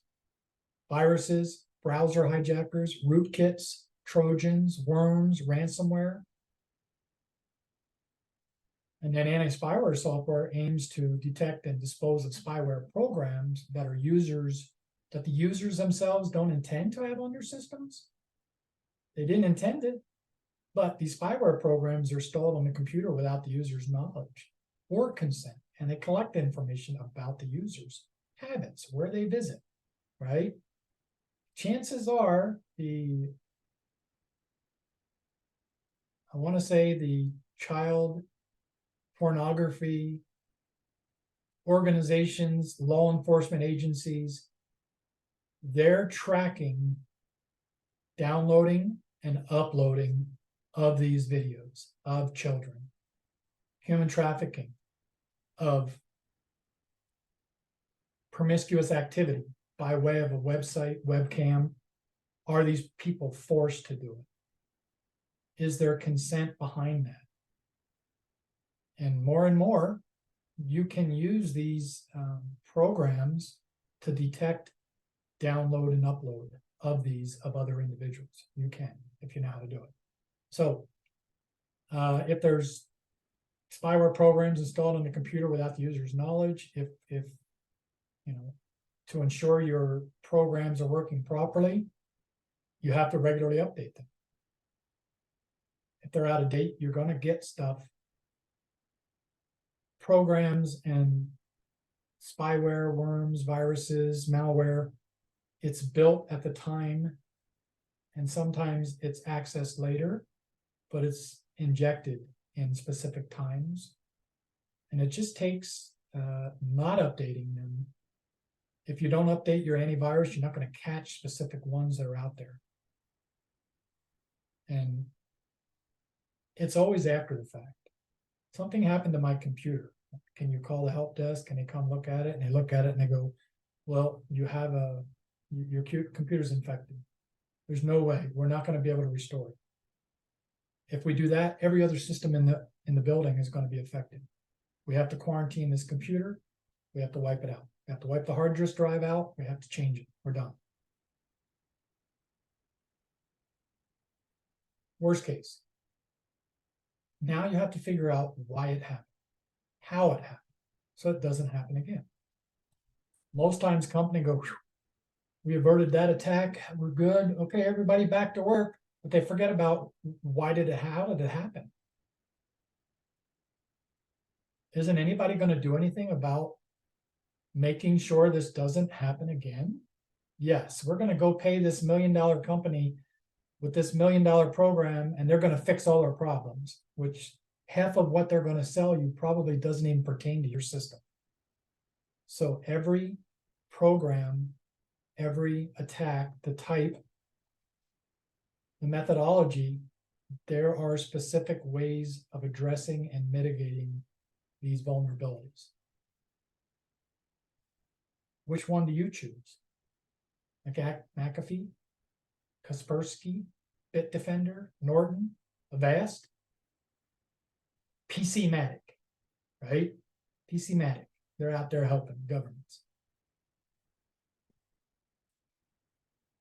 Routine updates, continue doing them. The ones that are high priority, let your system automatically do it.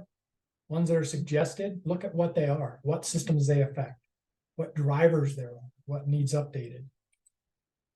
And then in this practical illustration, just go through it, read it, look at what they're talking about and discussing, and then look at the different types of firewalls, the VPNs, the spywares, and the updates. Go through the module questions, same as we've been talking about. Answer them, go back, look at the answers in the notes to see if you were correct. If you need to get the correct answer and you need to study, just make sure you do that to all of these different modules.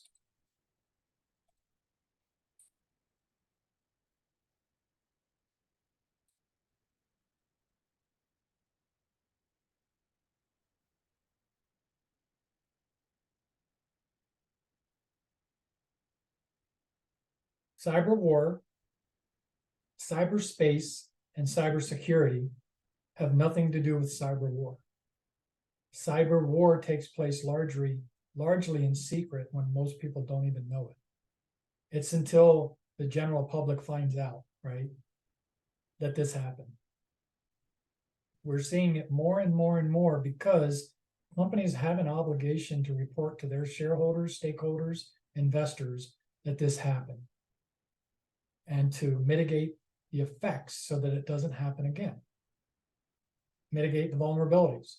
Make sure there are systems in place and that you've built capacity into your system to detect, mitigate, and remove the threats before it affects your bottom line, which is what? Your investment. So in Module 10, we talk about these critical cyber threats that, I mean, if they're carried out, could have a debilitating effect on an organization or even a country. There have been countries that their whole system, or states, that their whole systems have been locked out, ransomware. You don't pay us $5 million, you're not going to get back in. How would that negatively affect national security, our economic security, our environmental security, our public health? I mean, cyber threats, like we were talking about, they're not designed to temporarily disable an organization, but completely destroy it. That is what cyber warfare is all about. destruction of each other's critical infrastructure, whether it be energy, defense, transportation, food, emergency services, communications, water and wastewater, manufacturing, chemical, commercial facilities, dams, finance, healthcare, government facilities, nuclear facilities. All of these are critical threats to national security. Not just, oh, well, Tommy got into our system and now we can't get in. This is our defense capabilities have been interrupted. We cannot defend our sovereign border against threats of people coming across the border. What do? Deploy the military, hard power, quickly. We need appropriations for that. Okay, let's get Congress together. We need an act of war in order to make all this work, and we need buy-in from all of the states, Congresses, and House and Senate. What are you going to do? How much time is going to take to get all that done? Is there executive authority to look at, like they just did with AI, putting regulatory frameworks in place for organizations to work with the federal government to regulate AI? Why? Because the same thing happened to crypto and it wiped out entire people's fortunes. Organizations, research and development firms. The latest FTX scandal is like almost the same one that affected Enron, because GAAP principles, the general accounting practices, were being used, but they were being, I think there's a phrase that we talk about beneficial tax schemes. Beneficial tax schemes instead of correct, consistent regulatory practices, best practices. These best practices are based on regulations, which a certain portion of society wants to decentralize all regulations, right?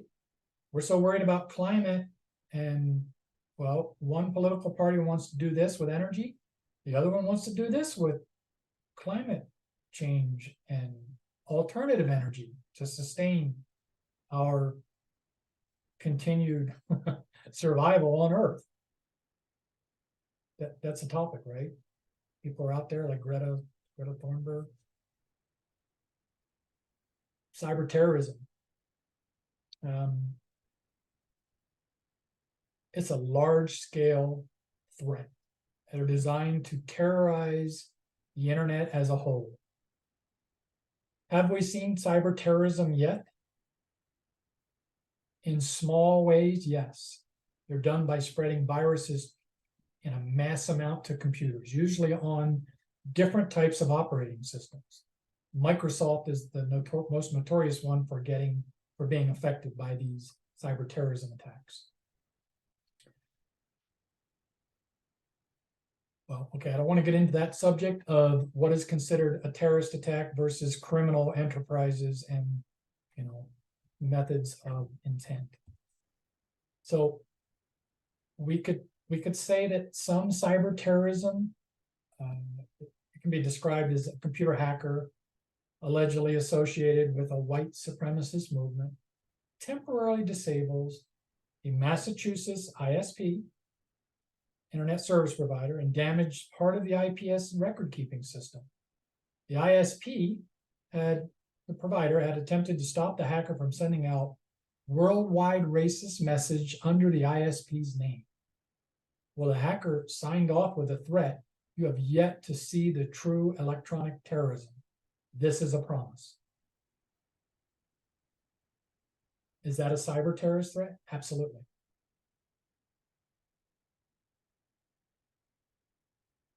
Spanish protesters bombarded the Institute for Global Communications, the IGC, with thousands of bogus email messages, right?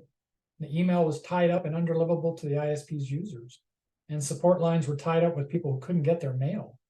So the ISP's users and support lines, the protesters also spammed the staff and members' accounts, clogged their web page with bogus credit card orders, threatened to employ the same tactics against the organization using the IGC services. So they demanded that the IGC stop hosting the website for the Yuskol Haria Journal, a New York-based publication supporting Basque independence. Protesters said that the IGC supported terrorism because a section of the webpage contained material on the terrorist group ETA, which claimed responsibility for assassination of Spanish political and security officials, and those attacks on military installations. So the IGC finally relented and pulled the site because of the mail bombings they received. And that attack you can actually look at for the Center for Strategic and International Studies. There's a list of the more recent global cyber attacks out there right now in the CSIS. Cyber warfare, well, it is a means of war against another state or country to damage other state countries' information networks. And many times they're carried out via computer virus or denial of service attacks. A DDoS, a direct denial of service. And so there are different examples. You can read them in these notes when you go through the slides yourself. You'll want to go through the slides yourself again while watching the video.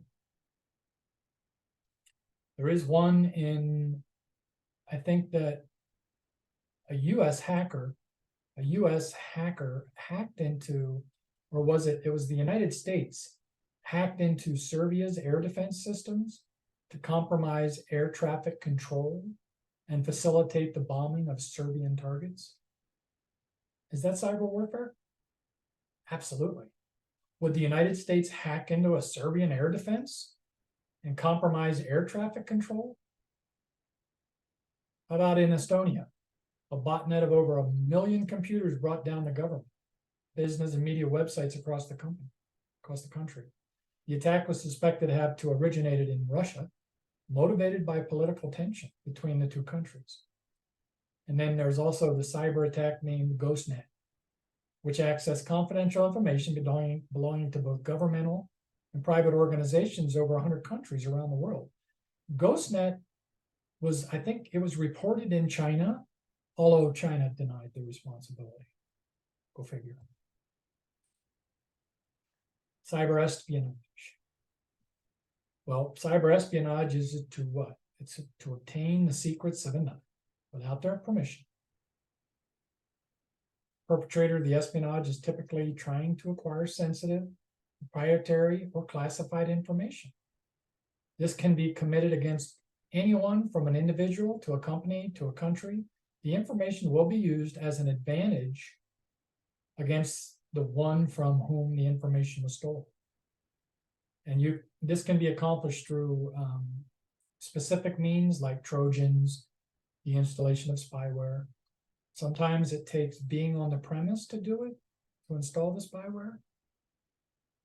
If they're not able to bypass specific protocols of security to get into the system, it has to be done usually via espionage by someone inside.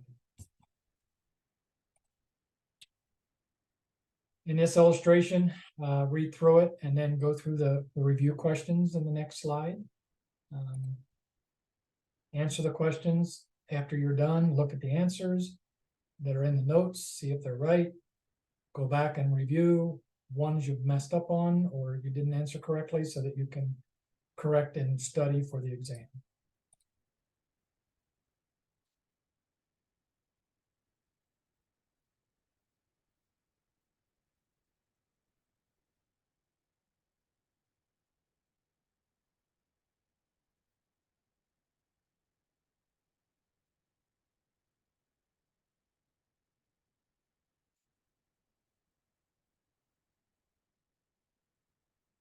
Pretty good quote from Noah. Defense against hackers, module 11. I mean, they've always said the best defense is a good offense. And then rather than reacting to the attack once they've occurred, a wise strategy is to prepare proactive measures, right? I like to say pre-prior planning prevents piss poor performance, right? 7 P's of success, Stephen Covey. Pre-prior planning prevents piss poor performance. So A wise strategy is to prepare proactive measures so that if the time comes, you can completely bypass the attack or lessen the blow. It may happen. You may not be able to stop it. But if you have protocols in place that can prevent it, okay, you're good. Cryptography. I said that we'd talk a little bit about cryptography, the idea, international data encryption method. And cryptography is basically defined as a secret method of writing. Right? This is done so that only authorized parties are able to interpret the message. That happens in marriage sometimes. When your wife looks at you, you automatically know what that message is by her facial expression, right? For those that are married. It is also used in various industries, such as banking and health, to protect the privacy and security of companies and customers' your patient's information. And that includes the IDEA, the International Data Encryption Method, or AES, Advanced Encryption Standard, or DES, Data Encryption Standard. These have differences. If you're working with data, there is, there's different acronyms for different things, like SQL, Structured Query Language, queries that you want to do within SQL, DDL, Direct Data Language, SEL. So computer systems have become a tool for committing various crimes. Because of this, law enforcement officials have decided to use the very tool to counteract criminals' use of computers to commit online and offline crimes. They have decided to fight fire with fire. In digital forensics, there are different computer systems that are now tools that were developed because criminals were using them. Now we're using them to stop crimes. And in digital forensics, law enforcement collects and analyzes the data in such a way that, well, it can be used in court against the perpetrator. And with digital forensics, like the BTK killer, right? Dennis Rader was convicted of a string of serial killings that occurred over a period of 16 years, BTK killer. And towards the end of the period of his reign, Rader sent letters to the police on a floppy disk. Metadata within the documents implicated an author named Dennis at Christian Luther Church. He didn't realize it, that the metadata behind the disks that's shown only to the backside of people looking at the source were able to identify where it came from, the Christ Lutheran Church. And Dennis was the person who authored the documents. Like if you do a Word doc, you can look at options to see who the author created it. And on a floppy disk, if he's sending these letters on a floppy disk, that's DOS based, but you can still see who the author was in that source code, if you know how. So another one was Joseph Duncan III. A spreadsheet recovered from Duncan's computer contained evidence that showed him planning his crimes, right? And prosecutors used this to show premeditation, which is one of the, you need that in order to convict somebody. You need the intent and the act. Was it premeditated? Or was it a crime of passion, or just somebody committing an act of violence? Sharon Lapacta.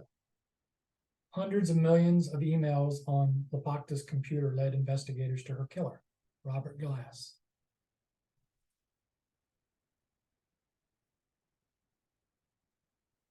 Next, we can talk about intrusion detection. There's quite a few out there.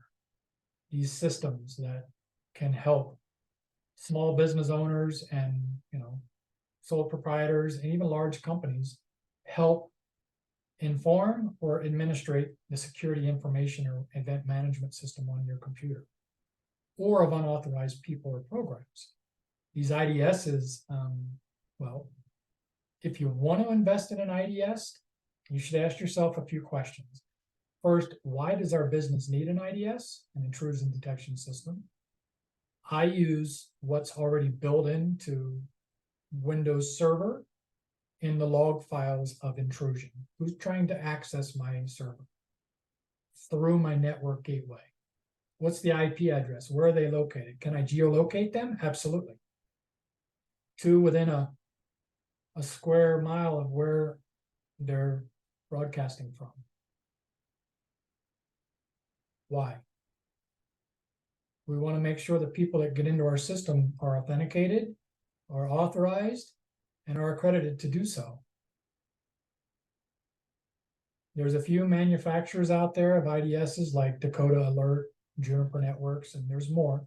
Just Google search IDS, these intrusion detection systems. And these are just people that manage and monitor your system. It's like your IT department on steroids, because that's all they do. Just like home security or IDT or Brinks or any of those who monitor your house, an alarm goes off in their system and they send a notice to police or emergency services of what's happening, what they're seeing at the address you're listed at. How about legal recourse? So what can you do to protect yourself if this does happen?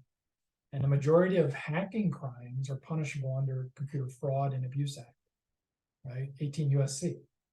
There might be additional penalties under state law. And under this act, there are penalties for committing the following offenses involving a computer: obtaining national security information, accessing a computer and obtaining information, trespassing in a government computer, accessing a computer to defraud or obtain value. If you access a computer to defraud someone, it is punishable under Computer Fraud and Abuse Act. Intentionally damaging by knowing transmission. You send somebody to something that affects their system, you could be held liable for it. Might not have been malicious if you open an attachment and share it with all your friends. Oh, this video is cool from China, and there's metadata embedded in it, and your mother-in-law doesn't know and she forwards it. And everybody in your group chat just, look at this. This is so cute. But now you've just opened the door in that application for intrusion by another entity, and you're not aware of it. You're not going to see it. That's how it's designed. So you also can get, ransomware. That's where somebody says, I'm locking you out until you give me money. And they lock out several computers or just one. Or they've hacked and got your passwords, and now they're trafficking them to other people. And they can tell you, I'm going to send your photograph and I'm going to send your passwords all around the internet unless you pay me money. That's extortion. So penalties, prison, monetary prison, never conducting business, being banned from using computers. And if it's found guilty on the first offense, you can serve up to 10 years in jail for that.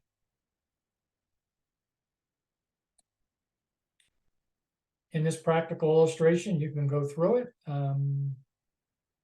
There is some videos from the library that we'll embed to show some of these illustrations as they come up.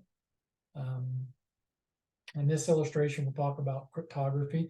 I said we have a course on cryptography that goes very deep into it. If you're a very deep, go into the weeds type of person, that once you see it, you want to learn more about it, well, that's called a lifetime learner. You're constantly learning, constantly want to know things. You want to be educated more and more and more so that you understand the ever-evolving, changing world we live in. In this module review question, just go through them again, like what is cryptography? C, it's a secret method of writing. Go through the questions, go through the notes, look at the answers. When you're done, review them and get ready for your exam at the end.